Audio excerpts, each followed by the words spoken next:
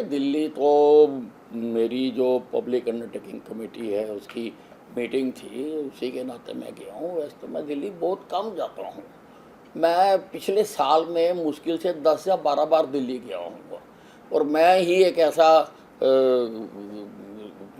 व्यक्ति हूँ जो दिल्ली सबसे कम जाता हूँ। लोग तो एक हफ्ते में 2-2 चक्कर लगा आते हैं, मैं बहुत कम जाता हूँ। और जब जाते हैं तो देखते हैं कि कोई नेता अगर अवेलेबल है उससे मिल आते हैं। तो इस बार धर्मेंद्र प्रधान जी से मेरी बातचीत हुई, और जब बैठते हैं तो राजनीतिक बात तो होती है, और चुनाव सिर के ऊपर है, चुनाव की बात भी स्वाभाविक है, होएगी, और वो बात होती भी है। ये सब अम्बाला एयरपोर्ट हो या हिसार एयरपोर्ट हो, क्या चुनावों से पहले आपको लगता है कि आप अपने जो ड्रीम प्रोजेक्ट है उनको पूरा कर पाएंगे? हाँ, बिल्कुल बिल्कुल। जो अम्बाला एयरपोर्ट है उसकी जो भी उसकी आवश्यकताएं थी, जो लीगल उसकी कॉम्प्लिकेशंस थी, वो सारी दूर कर ली गई हैं, और वो पूरी तरह से जहाज़ उड़ाने के लिए तैयार है। अब खाली समय निश्चित किया जा रहा है, और सरकार ने ऐसा तय किया है कि हिसार और अम्बाला छावनी का दोनों एक ही तारीख को वो शुरू करना चाहते हैं। और शायद वो किसी का नेता का केंद्र से कार्यक्रम लेना चाह रहे हैं, तो जिस दिन भी वो कार्यक्रम लेंगे तो दोनों जगह से जहाज उड़ना शुरू हो जाएगा। वे सब चुनावों से पहले आपके जो ड्रीम प्रोजेक्ट मेन चल रहे हैं इस वक्त, चाहे वो देश की आज़ादी से पहले का जो आपने बनवाया सारा, उसके अलावा कैंसर हॉस्पिटल का अन्य प्रोजेक्ट, इनको लेकर आपकी क्या रणनीति? नहीं, देखिए, कैंसर पर अस्पताल तो हमारा चल रहा है, खूब खूब दुनिया आ रही है, और लेटेस्ट इक्विपमेंट है हमारे पास। जो हमारे पास इक्विपमेंट है वो पीजीआई में भी नहीं होगा। और उसी प्रकार से हमारा अस्पताल भी बहुत अच्छा चल रहा है। और ये जो बैंक स्क्वायर कम शॉपिंग मॉल जो है उसमें भी अब शीशे लगने शुरू हो गए हैं, और जल्दी हम उसकी ऑक्शन करा देंगे। और जो नाइट फूड स्ट्रीट है वो भी पूरी तरह से तैयार है, उसका भी जल्दी हम ऑक्शन करवा देंगे।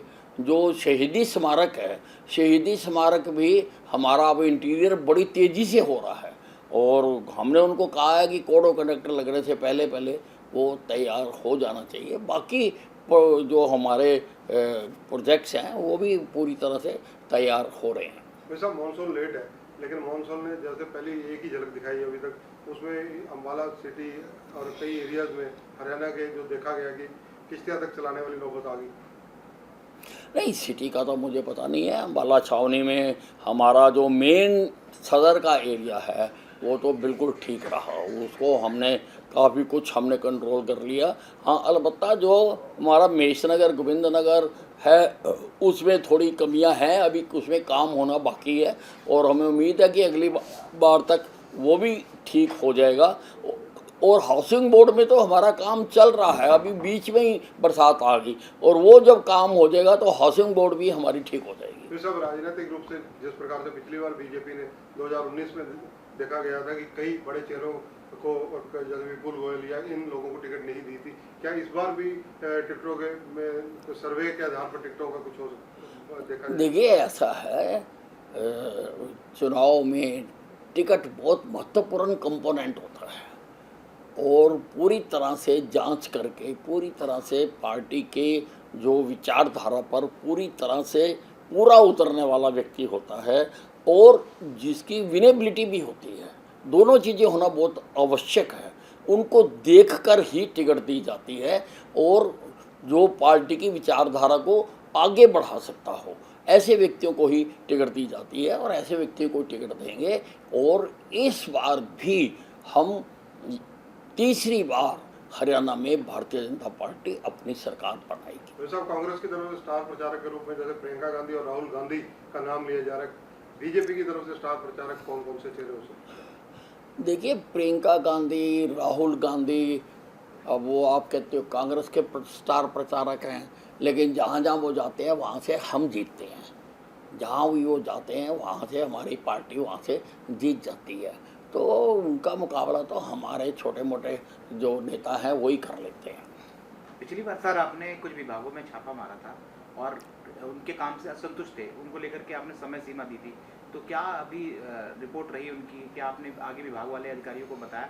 नहीं बिल्कुल बिल्कुल उसके ऊपर बिल्कुल वो है अब, क्योंकि मैंने अभी डिप्टी कमिश्नर को कह दिया मैंने कि ये मैंने इसमें कमियां देखी थी और आप जाकर इसको चेक करो और अगर जो कमियां हैं उनको ठीक करवाओ। देश दुनिया की हर खबर सबसे पहले देखने के लिए फॉलो करें Dainik Savera TV, YouTube, Facebook, Instagram, X और व्हाट्सएप चैनल पर।